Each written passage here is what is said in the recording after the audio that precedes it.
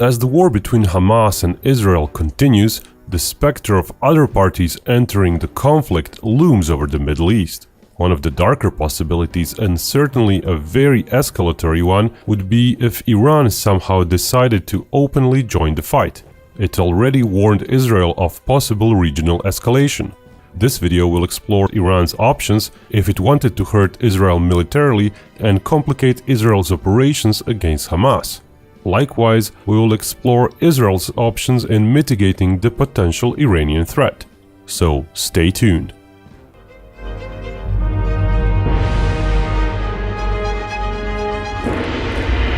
If Iran wants to actively participate in the conflict, it has several options. It can do what it's been doing for years now, funneling funds and weapons to its proxies, like the Hezbollah.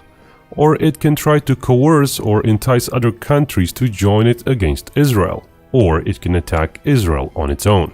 If it wanted to go that last route, it certainly can do some damage via missiles.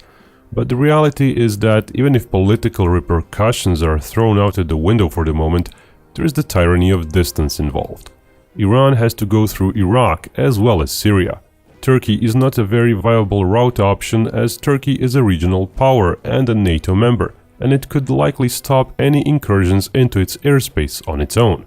Iraq, on the other hand, has become more chummy with Iran ever since the fall of Saddam Hussein in 2003. The Iraqi government is nowadays dominated by Shia Muslims, similar to Iran, reflecting Shia population overall. Iran has also become Iraq's biggest trading partner. Gaza Strip population is predominantly Sunni Muslim, but that didn't stop the Iraqi government for condemning Israeli actions in the 2008 Gaza war. The Iraqi Shia leader called for action by Muslim states to stop Israeli operations. Today, there is still no diplomatic relations established between Iraq and Israel. In fact, back in 2012, the Iraqi Prime Minister said Iraq wants relations with all countries except Israel. Last year, the Iraqi parliament passed a bill that prohibits normalization of relations with Israel. While the Iraqi government has not yet said anything on the current Israeli operations in Gaza, various local and religious leaders have. Sadrist leader, Fatah Alliance leader and Shia religious leader have all denounced Israeli operations and/or called for an intervention to stop those operations. So while it's in no way assured that Iraq itself would participate in any action against Israel, as that would likely invoke massive geopolitical pressure by the US and other countries, it's somewhat plausible that if Iran decides to send aircraft and missiles towards Israel, that Iraq might simply look the other way, saying it's in no position to police its own skies. Iraq has in fact several dozen fairly useful fighter planes, as well as 24 Pantsir air defense systems bought from Russia, though their crews don't train much and might not be very effective. But we digress. Going through Iraq would not be enough. Syria would also need to be traversed, though as its government is sympathetic to Iran, there would likely be no comments there. Jordan would not be an option since it has good relations with Israel and the West. While it would not be able to stop ballistic missiles on Israel, it could intercept invading Iranian aircraft. And all that is before we get to Israeli air might, which is considerable, to say the least, with over 300 frontline unit combat jets, all of them either modernized in the 1990s and 2000s or of newer make, like the F-35. Coupled with all the early warning systems Israel has, as well as Israel's fairly potent air defense network, the compact form of Israel as a country would be very well protected against aircraft incursions. It's unlikely that whatever planes Iran could muster to cross such a huge distance would manage to do anything meaningful, other than getting shot down. The distance involved is simply too great for most of the Iranian fighters to fly to Israel even empty, and let alone with a meaningful load. Iran has some 2 or 3 operational tanker aircraft, which might help a few dozen F-4s and F-14s to get across. Other planes would be of little help when it comes to bomb delivery. Using standoff munitions like air-launched cruise missiles would be a safer bet for Iran, and even other types like the Su-24s have been observed with such weapons.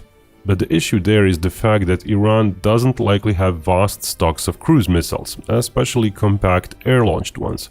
Since mid-last decade, several such missile types have been tested, but not many have been actually put into service, as Iran had issues with sourcing miniaturized jet engine technology.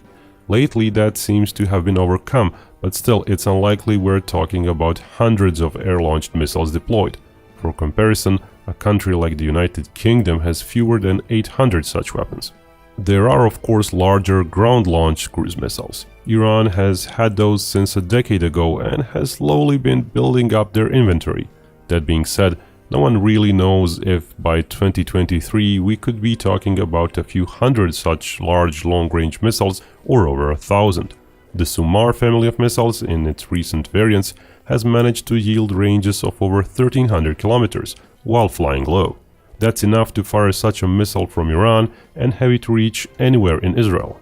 In theory. In practice, the missile would still be confined by its limited approach vector through Syria, maybe through Jordan, though then it could be detected even earlier and fired upon by Jordan. And once it gets near Israel, it would more likely than not get detected and shot down.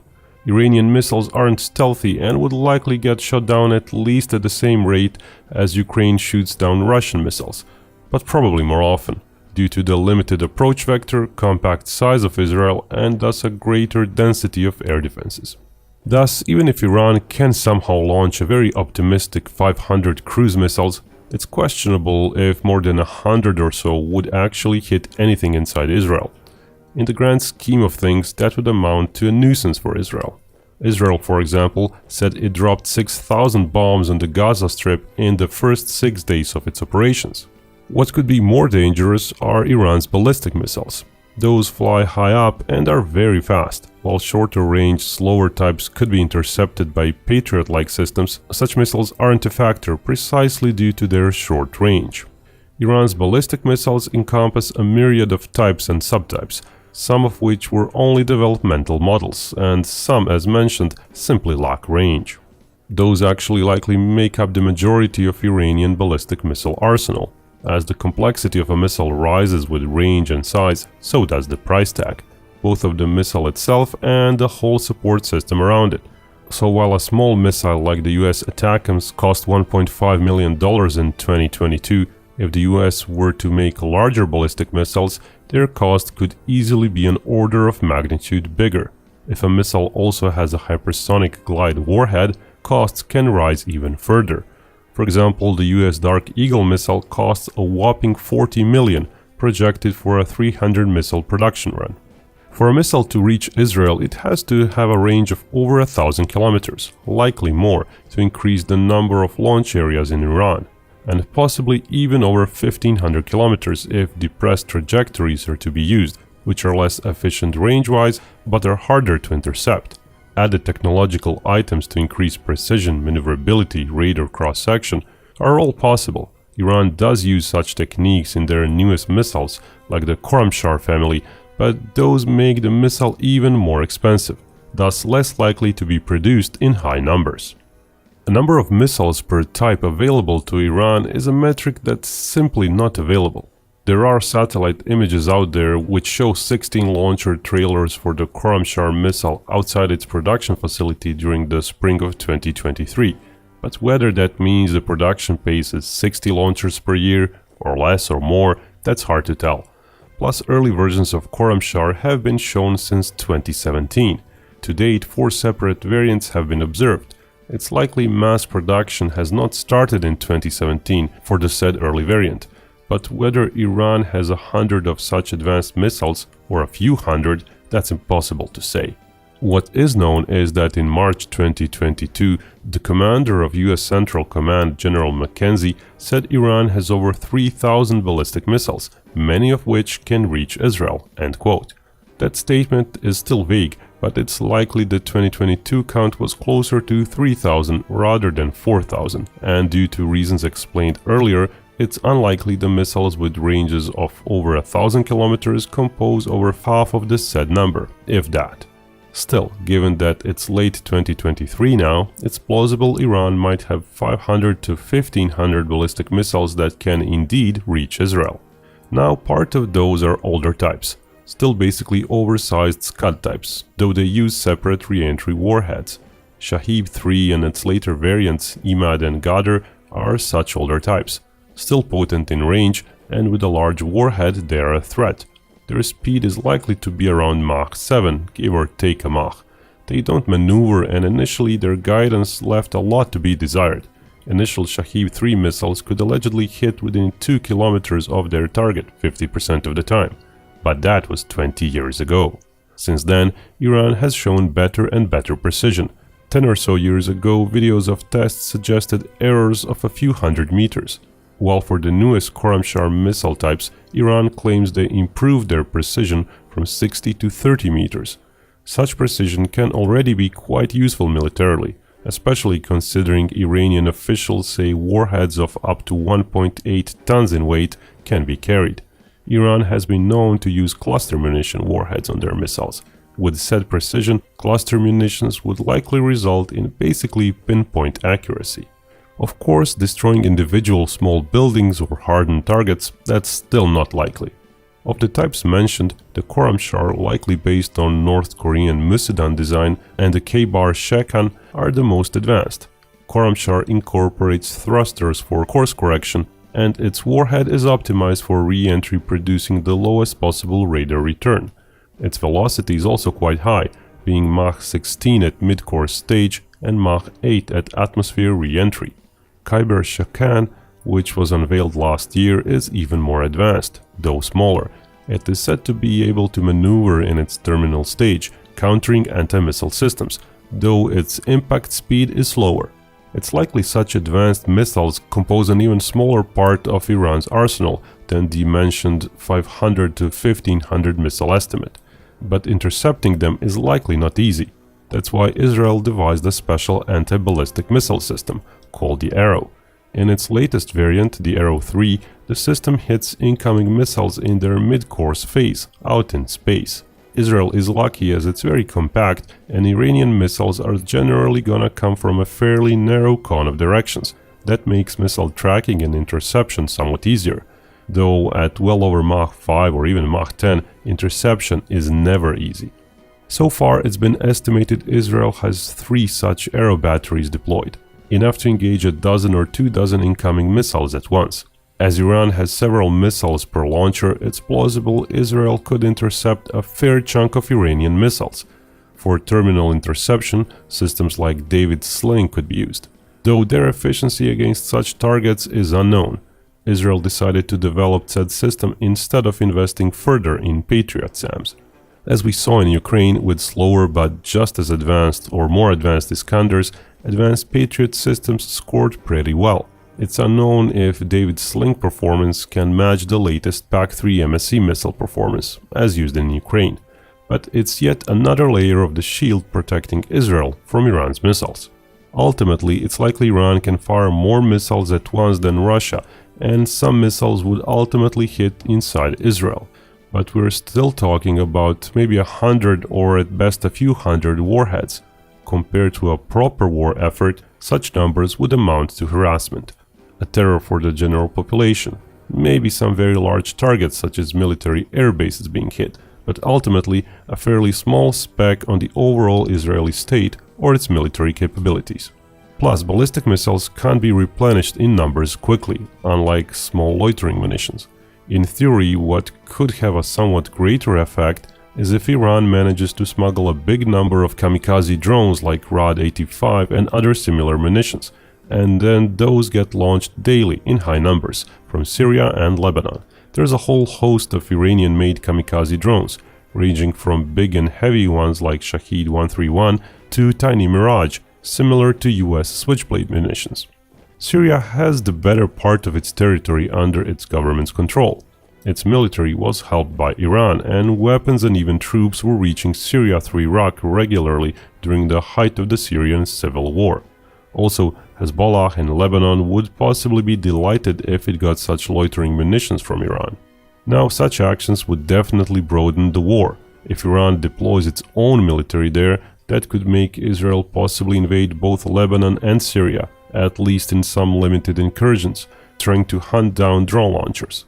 In a way, if Israel is pressured into doing that, The sole fact the war widened could be more damaging to Israel than whatever actual destructive effort such drones could have, which is why Israel might not be so quick to send in ground troops, and would initially try to simply fight drones with its air defenses and use air power to seek out and destroy drone launchers. If Iran can't smuggle enough launchers and loitering munitions, their effect would be minuscule. The munitions need to be launched in huge waves, so some have a chance of overwhelming the defenses. That's what we were seeing in Ukraine, with Russia waiting for a few weeks at a time to accumulate enough munitions to start a short-term attack campaign. Loitering munitions such as Shaheeds are slow, fairly easy to destroy once detected, and have a small warhead. Plus, Iran and its proxies would lack real-time info on anything that's not a fixed-site target.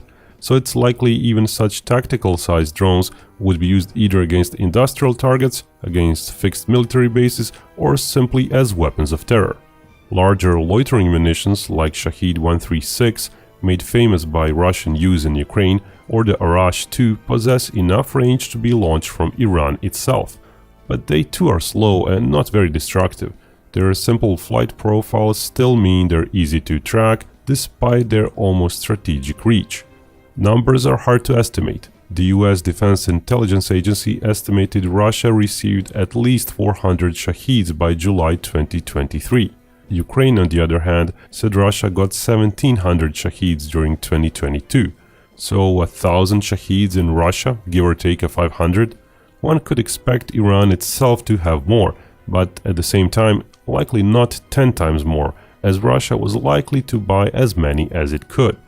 It's plausible, though, that if Iran can indeed amass huge attack waves of several hundred such drones on a small area, many would go through. But once again, their long-term effect on Israel would be fairly small. They would be weapons of terror mostly, and in the long run, Iran would run out of enough drones for such huge attacks that can't be matched by air defenses. Besides small drones, there's always the possibility of small rocket artillery smuggled via Iraq into the hands of Hezbollah. But that can be said for all sorts of other weapons. We're entering a political realm here, of course. How far would Hezbollah want to get involved, even if Iran entices them? For now, for all the media headlines, the fact is Hezbollah has been fairly restrained. Iran's foreign minister recently said Iran's regional militias could attack Israel. If operations against Palestinians do not stop, that multiple fronts will inevitably open, end quote. But that could be posturing. Hezbollah leadership has kept low-key for now. Hezbollah spokesperson recently said that the exchange of fire on the border does not indicate that Hezbollah had made the decision to enter the war, and that they are only small skirmishes to send a warning to Israel. The fact that the Hezbollah leader has not said anything yet may also point to uncertainty within Hezbollah itself. So it's not assured that Iranian pressure could actually push Hezbollah into war. But certainly, if Iran manages to push Hezbollah into war, that would be by far a bigger threat to Israel than all these air, drone and missile strikes mentioned so far. Chain's defense publication estimated in 2017 that Hezbollah had 25,000 active troops and another 25 or so thousand reservists. In 2021, Hezbollah's leaders said they have 100,000 troops. The truth may be somewhere in the middle. While those figures may be comparable to whatever Hamas can muster if mobilized in Gaza, the fact remains Hezbollah is better trained, more experienced, and better equipped than Hamas. While they mostly lack big systems like tanks and air defenses, they have a large number of advanced anti-tank systems and shoulder-launched anti-air missiles, and between 130 and 150,000 tactical rocket artillery munitions. That's according to the Israeli government. While unguided and small and fairly easy to be shot down, their sheer numbers would mean Israel would regularly have issues intercepting all. Some have a decent range, even reaching Tel Aviv. But the most dangerous aspect of Hezbollah is that they are battle-trained, both by the 2006 war against Israel and by years of operations in Syria. Plus, Hezbollah is said to regularly train in Iran as well. Iran would certainly be shipping as many weapons through Iraq and Syria to Hezbollah as it can. But as for actual troops on the ground, that's less likely. Iranian troops attacking Israel from Syria or Lebanon, that would be a serious escalation. At that point, Western powers would possibly go to war against Iran itself. So overall, Iranian options against Israel are limited. They exist, but no single option is really effective. All the long-range strike options combined would still amount to something Israel could shrug off. It's only if Hezbollah gets involved 100%, fully supplied by Iran, while Israel is, for example, fully involved in a ground war in Gaza, and while the West Bank is full of violent protests, only then would Israel be truly tested. But even then, in the long run, it's questionable what a militia-style force like Hezbollah, even if supplied by Iran, even if well-trained, can do in offensive actions against Israel. When defending in Lebanon, they could do fairly okay. But offensively, a militia force won't be able to redirect Israeli forces from Gaza up north. That's precisely why Israel mobilized 360,000 reservists, to have a backup if Hezbollah gets involved. Furthermore, if Israel after settling Gaza redirects against Hezbollah, and if Israel goes into Lebanon proper, Iran risks losing a powerful and important ally. While Hezbollah probably can't be fully destroyed, Israel could diminish its power greatly for many years to come. To sum it up, Iran can meddle in the current conflict, but it can't do anything to truly change its outcome. And remember, Binkov may talk about war, but only real peace can bring us all together.